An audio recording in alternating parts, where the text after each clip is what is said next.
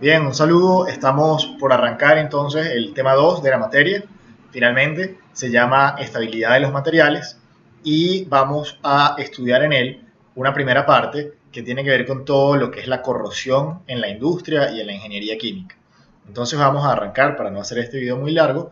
La corrosión no es otra cosa que el deterioro de un material debido a una reacción con productos químicos presentes en el entorno. ¿Sí? Es como un material se desgasta debido a la interacción con el entorno en el cual se encuentra. Hay varios tipos de corrosión y los vamos a estudiar, pero digamos dos grandes clasificaciones nos lo dividen en la corrosión química y la corrosión electroquímica. La química ocurre en disolución directa, en el cual un material se disuelve en un medio corrosivo líquido, ¿sí? Líquido o gaseoso. El material va a seguir disolviéndose hasta que se consuma totalmente o hasta que se sature el líquido. Entonces, por ejemplo, ahí tenemos la corrosión química del cobre en la Estatua de la Libertad. La Estatua de la Libertad, cuando la construyeron en 1886, pues era de cobre completamente y tenía su color característico.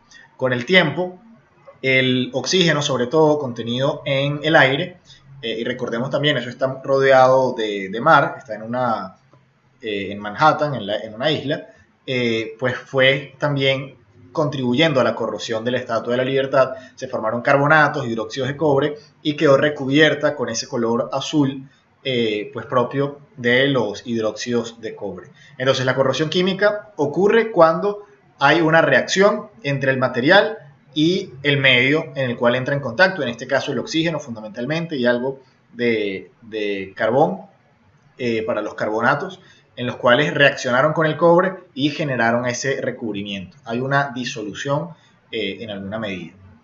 Bien, otro tipo de corrosión química es el ataque por metal líquido, ¿sí? Esto es cuando los metales líquidos atacan a un sólido en lugares que tienen alta energía, como por ejemplo los límites de grano. ¿Recuerdan cuando veíamos el tema de estructuras cristalinas? Entendíamos el concepto de grano, que es una sección de un material microscópica que cuenta con características homogéneas y que está claramente separada de otro. Entonces, esas fronteras de grano son niveles de alta energía donde los metales líquidos pueden entrar y corroer. Y si esto ocurre de manera sostenida, lo que va ocurriendo es que pues el metal líquido se va metiendo, para ponerlo en palabras criollas, se va metiendo dentro de esos límites de grano y va como separándolos hasta que pues lo rompa y se generan grietas. Ahí ven un ejemplo de un equipo en la primera foto que está nuevo, por decirlo de alguna manera. Él entró en contacto con magnesio líquido durante mucho tiempo, entonces el magnesio líquido atacó ese material, ese equipo, hasta, bueno, dejarlo tal y como lo están viendo. Otra cosa que se me pasó decirles con la definición de corrosión. La corrosión ocurre porque los materiales buscan un nivel de mayor estabilidad energética, ¿sí? Cuando nosotros tenemos, por ejemplo, el hierro puro no está en su nivel de estabilidad energética o de menor energía.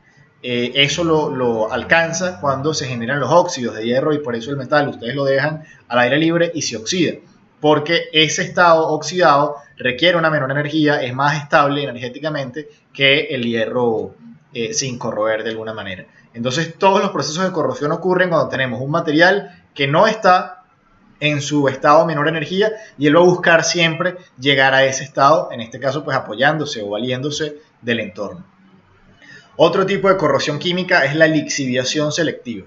Y dentro de la lixiviación selectiva, el caso más, digamos, el más idóneo o el que mejor lo ejemplifica es el dezincficado.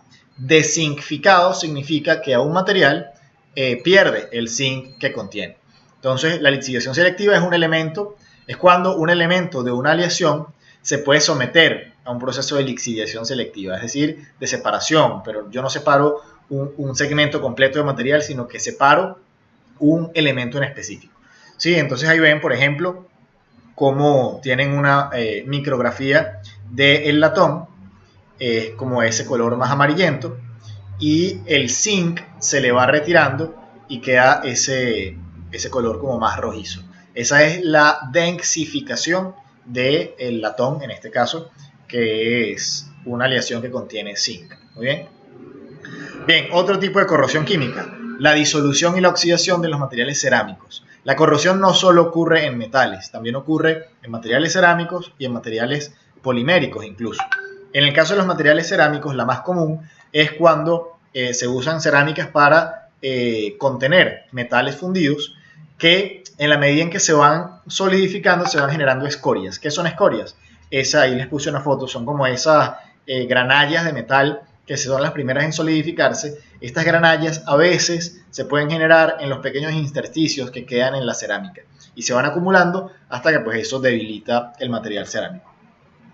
Bien, como les decía, también hay corrosión de polímeros, en este caso el ataque químico a polímeros, y bueno, es evidente cómo algún compuesto químico es capaz de romper esas cadenas de hidrocarburos. Ahí en la caricatura se ve muy claro cómo ese elemento reacciona con la cadena de hidrocarburos y es capaz de romperlo. Pasa mucho con el oxígeno, por ejemplo. Entonces, bueno, en la medida en que se van rompiendo esas cadenas de hidrocarburos, pues se van generando esas fallas que vemos ahí en esa tubería de PVC y en ese anillo de un polímero, de un plástico que se fue desgastando. Bien, les decía que el otro tipo o la otra gran clasificación de corrosión es la corrosión electroquímica. Esta es la más común que ocurre con los metales lo que ocurren son reacciones de óxido-reducción. Entonces vamos a ver esto con detalle y entenderlo muy bien. En la corrosión electroquímica, los átomos del metal pierden electrones, ¿sí? Y se convierten en iones, ¿sí? Y esto ocurre con mayor frecuencia en un medio acuoso. Entonces vamos a ver ese dibujo que tienen ahí, donde tenemos un material de hierro o un elemento, un equipo, una pieza de hierro, que por diferencia de potencial, una región de ese mismo material va a asumir la condición de ánodo y otra región va a asumir la condición de cátodo, ¿sí? Y van a ocurrir entonces dos reacciones. La reacción anódica es cuando mi hierro va a perder electrones y se va a ionizar. Entonces, ese hierro más 2 va a pasar, como lo ven ahí en la flecha, yo no sé si aquí yo cuando muevo el mouse ustedes lo podrán ver, este hierro más 2 entra a disolución acuosa y entonces va a estar aquí, puede ser en una gota de agua, puede ser incluso en el aire. Entonces eso ocurre en mi región anódica de mi metal. También pasa, tengo una región catódica. En la región catódica pues tengo el oxígeno y el agua que entonces entran en reacción con los electrones que perdió átomos de hierro que están en el ánodo. Entonces, ¿qué ocurre? Este hierro más 2 pasa al agua y estos electrones migran hacia la región catódica. Y aquí en la región catódica entonces ocurre una reacción entre, en este caso, los átomos el ion hidroxilo, el OH, con el hierro que ya no estaba en la pieza de hierro, sino en el agua, en disolución acuosa, y eso genera óxidos de hierro hidratados, que es lo que se deposita en el cátodo. Bien, entonces eso es lo que ocurre en un solo material. Vamos a ver más adelante otros tipos, pero es importante que lo entendamos como una reacción de óxido-reducción, donde un elemento se oxida y el otro se reduce. Una región, perdón, se oxida y la otra se reduce. Bien, entonces para que ocurra corrosión electroquímica, sin duda debe existir un circuito eléctrico. Y eso hace que esa imagen que veíamos hace unos segundos se conozca como una celda electroquímica. Eso va a funcionar como una celda electroquímica. Yo no sé si ustedes ya vieron fisicoquímica, creo que no. Bueno, ahí van a estudiar mucho más a profundidad la electroquímica, pero es una celda como la de una batería, por ejemplo, donde allí no se va a generar un potencial que puede ser utilizado, sino que ocurre una reacción de electrodeposición. Entonces, estas reacciones de electrodeposición no solo son negativas, en ese caso de una pieza de hierro, pues es negativo, sino también se usan para proteger o incluso como un elemento decorativo. Yo aquí les puse una foto, eso ustedes lo deben haber visto, es un monumento un monumento que está instalado a la entrada de la Escuela de Ingeniería Metalúrgica y Ciencias de los Materiales. Ahí pues tienen arriba una roca que es de material de hierro, una roca férrica, y está sostenida sobre una estructura que también es de material de hierro. Sin embargo, como el hierro, les comentaba, es altamente susceptible a la corrosión, quienes diseñaron esta escultura o este monumento decidieron corroerlo a propósito, ¿sí? Como un mecanismo de protección. Entonces sometieron esa estructura a una celda electroquímica en la cual generaron las condiciones para que se electrodepositara óxido de hierro sobre ella de manera homogénea y eso impidiera que la estructura a lo interno se corroyera, sino que simplemente esta capa de óxido por fuera, superficial, sirve como una película protectora. También, si ustedes han tenido la oportunidad de entrar al consejo de facultad de la Facultad de Ingeniería, a la sala de sesiones, es muy bonito, sobre todo las paredes. Las paredes son todas de hierro, de módulos de hierro, completamente oxidados. Y oxidados bajo este enfoque de generar la electrodeposición en metales para protegerlos. Bien, entonces vamos a hablar un poco más de las celdas electroquímicas. ¿Qué necesita una celda electroquímica? Primero, un ánodo. El ánodo siempre va a ceder electrones hacia el circuito y se va a corroer, ¿sí? Es esa imagen donde veíamos el hierro, donde los electrones fluyen a través del material y los iones de hierro pasan a disolución acuosa. ¿Qué pasa? Esa región anódica está perdiendo material, se está corroyendo, ¿sí? Y los electrones están simplemente fluyendo en un circuito eléctrico. Luego tenemos el cátodo. El cátodo va a recibir los electrones que se generaron en el ánodo y estos electrones se van a combinar con iones que van a generar un subproducto en el cátodo. Es decir, en el cátodo es donde se electrodepositan estos materiales productos de la reacción. En el caso del monumento que está frente a Ingeniería Metalúrgica, ellos convirtieron la estructura en un cátodo y habrán instalado un ánodo externo, de manera que el cátodo recibiera los electrones del circuito y sobre él se depositara esa sustancia. Y lo otro fundamental, tanto el ánodo como el cátodo deben estar conectados eléctricamente. Esto no implica un cable, implica que estén en contacto y sean obviamente conductores eléctricos. Bien, y el otro componente de una celda electroquímica es el electrolito. El electrolito debe estar en contacto con el ánodo y el cátodo y es el conductor con lo que se cierra el circuito. Eso es lo que permite que fluyan los electrones. Entonces, por ejemplo, aquí vemos dos casos. El primer caso, muy parecido al que ya vimos, el mismo material tiene una región anódica y una región catódica. El ánodo pierde electrones, el cátodo recibe estos electrones y sobre él se deposita un material. Pero también podemos tener dos materiales distintos. Puedo tener un ánodo de un material y un cátodo de otro material. Los electrones fluyen desde el ánodo hacia el cátodo y en el electrolito pues está también esa transmisión de iones fundamentalmente que van a pasar a ser depositados o electrodepositados en el cátodo. Bien, entonces les hablaba de las reacciones de óxido-reducción. Entonces, como ustedes manejan muy bien, las reacciones de redox se pueden dividir en dos semirreacciones. La reacción de oxidación va a ocurrir en nuestro ánodo. Ahí vamos a tener metales que forman iones que se transforman en solución acuosa y se producen electrones que permanecen en el metal y fluyen y los átomos metálicos que forman cationes. Por ejemplo, ahí tenemos un ánodo de zinc. En ese ánodo de zinc vemos la misma reacción que estudiamos hace rato con el hierro. Voy a perder dos electrones que van a fluir hacia el cátodo y voy a perder cationes de zinc con carga más 2 que van a reaccionar con algún elemento del entorno y se van a electrodepositar en el cátodo. Bien, en las reacciones de reducción ocurren entonces en el cátodo. En el cátodo podemos tener metales o no metales que se reducen en la carga de su valencia y consumen electrones. Van a recibir los electrones que generó el ánodo y por eso se reducen. Muy bien, entonces el ánodo es la reacción de oxidación, pierde electrones y genera iones, y el cátodo ocurre la reacción de reducción que recibe los electrones. Aquí tenemos un ejemplo de un ánodo de hierro y nos presentan un material catódico, no nos dicen cuál es.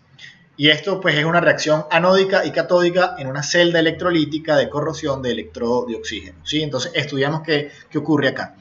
Mi ánodo de hierro genera cationes de hierro más 2 y pierde, bueno, 2 electrones por cada catión, ¿sí? Esos electrones fluyen a través del electrolito hacia mi material catódico y estos cationes de hierro entonces quedan un poco libres fluyendo en este electrolito también. Y en el material catódico, ¿qué pasa? ocurre una electrólisis del agua, donde va a tener, este es un ejemplo donde hay un electrodo de oxígeno. Entonces, este cátodo genera una electrólisis del agua, me separa átomos de oxígeno del OH en este caso, y lo que ocurre es que mis cationes de hierro, cada uno de ellos reacciona con dos radicales de OH o con dos iones hidroxilo y me genera un precipitado que aquí pues no se ve muy bien porque no está muy nítido, pero aquí abajo se nota que hay un precipitado. Cuando este hierro reacciona con estos OH, caen aquí abajo y pues se genera este material. Y esto evidentemente burbujea el oxígeno a la atmósfera. Entonces, esto es un ejemplo de cómo ocurren estas reacciones de óxido de reducción dentro de una celda electroquímica. Ahora, un mismo material puede comportarse como ánodo o como cátodo, dependiendo de la situación. Aquí tenemos dos ejemplos. Tenemos una pieza de hierro a mano izquierda que está en contacto con una pieza de zinc. ¿Quién es el ánodo aquí? El zinc. El zinc cede electrones y pierde cationes. Por ende, el zinc se corroe en este caso. ¿Sí? Tenemos también en la mano derecha, tenemos la misma pieza de hierro, pero esta vez está en contacto con el cobre. En este caso, el que se comporta como ánodo es el hierro, que cede electrones y al mismo tiempo pierde iones hierro más 2 y por eso se corroe. Entonces, ¿qué caracteriza que un material se comporte como cátodo o como ánodo? Bueno, la fuerza electromotriz. Y esta tabla es muy importante cuando ustedes vayan a trabajar con dos materiales metálicos, fundamentalmente. Tienen un potencial del electrodo, ellos están ordenados de acuerdo a ese potencial. Fíjense que el 0 es el de hidrógeno, que no es un metal, pero se utiliza como referencia el electrodo de hidrógeno. Todo lo que esté en este caso con potenciales menores a 0 van a tener tendencia anódica. Y todos los que están por encima de 0, que en este caso están hacia abajo, o sea, son positivos, son mayores que 0, pero en la tabla están hacia abajo, tienen potencial catódico. Ahora, ¿qué ocurre? Cuando yo elijo dos materiales, tengo que buscar en esta tabla qué orden tienen. Yo puedo tener dos materiales que ambos tienen potenciales negativos, pero va a haber uno que es más anódico que el otro. Por ende, ese va a ser el ánodo y el otro va a ser el cátodo. Pasa lo mismo a la inversa. Yo voy a tener siempre un material que es más catódico que el otro, aunque ambos tengan potenciales positivos. Y en ese caso, el que va a comportarse como cátodo es el que tenga potencial más alto. Vamos a ver más adelante cómo prevenir la corrosión y una de las maneras es elegir elementos que si van a estar en contacto tengan fuerzas electromotrices muy similares, porque entonces ahí la diferencia de potencial es menor y no se genera el circuito electroquímico. Pero por ejemplo, si yo uso el litio con el oro, que son los dos extremos, ahí va a haber una alta diferencia de potencial y es muy probable que ocurra una celda electroquímica. Entonces, bien, con esto terminamos este primer video sobre estabilidad de materiales en la parte de corrosión.